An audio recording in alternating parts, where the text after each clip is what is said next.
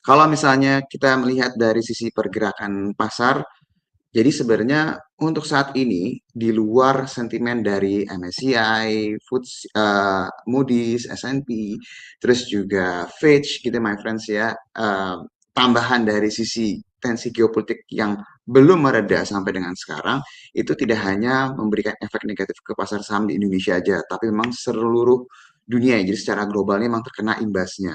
Dan kalau misalnya my friends perhatikan secara seksama, keadaan ini juga belum berangsur-angsur membaik ya kalau bisa dilihat secara pergerakan secara global. Nah, kalau misalnya ngeliat keadaan seperti ini, apa sih yang harus diperhatikan? Karena baik lagi, terkadang kalau misalnya sentimen terlalu negatif, terus juga mungkin dari sisi my friends mencoba mencari perspektif yang lain, kita harus melihat dari sisi dalam negeri itu ada apa sih yang bisa diperhatikan.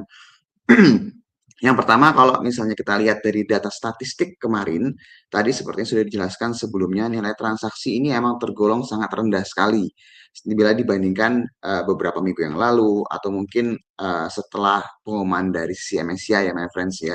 Jadi emang transaksi kemarin hanya sekitar 13,3 triliun, di mana 1, sebentar, 1, nah ini dia. Sekitar 1,5 itu datangnya dari pasar negosiasi. Jadi pasar reguler itu hanya 11,7 triliun, my friends. Jadi biasanya kalau tanya emang normalnya berapa? Kalau misalnya lagi nggak sepi seperti saat ini, itu normalnya reguler itu udah di atas 20 triliun lebih, my friends. Jadi ini hanya setengahnya. Kalau ditanya apakah ini imbas dari tensi geopolitik yang meningkat sehingga pasarnya itu menahan untuk melakukan transaksi yang lebih agresif, bisa jadi salah satunya adalah hal tersebut.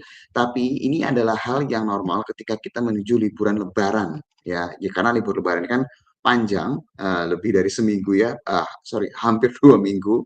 Jadi biasanya pelaku pasar itu tendensinya mereka hold cash, mereka lebih preferensinya itu lebih konservatif, nggak mau terlalu ambil posisi dalam skala yang besar karena belum tahu nih apa yang akan terjadi selama libur Lebaran. Dan nanti, my friends akan lihat setelah libur Lebaran, pasti IHSG itu kalau dia nggak gap up, ya gap down. Itu udah pasti karena akumulasi dalam beberapa hari. Nah, itu yang membuat secara psikologis orang-orang preferensinya adalah megang cash atau tidak melakukan transaksi lebih agresif lagi menjelang libur Lebaran yang panjang ya, my friends ya.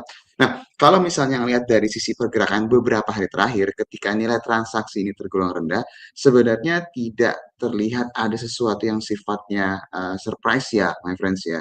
Dan kalau misalnya tadi sudah disebutkan sebelumnya bahwa dari sisi asingnya terjadi net buy, dan kalau kita lihat beberapa saham-saham seperti Bank Mandiri, terus juga di saham-saham yang berhubungan dengan batubara ya seperti ADRO yang punya HDI, ADI juga pun juga mengalami net buy juga, ITMG juga. Jadi kalau dilihat sebenarnya secara transaksi, secara fund flow-nya asingnya masih ada transaksi dalam skala yang cukup besar, tapi memang agak selektif ya, my friends ya. Jadi kalau dilihat dari keadaan sekarang, ISG masih berpotensi nggak volatile pasti, nilai transaksinya mungkin nggak lebih berkurang, bisa sangat terjadi, my friends.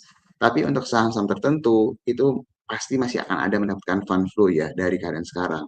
Dan buat saham-saham yang mengalami penurunan gimana? Ini kan banyak banget penurunan dan penurunan sangat signifikan banget.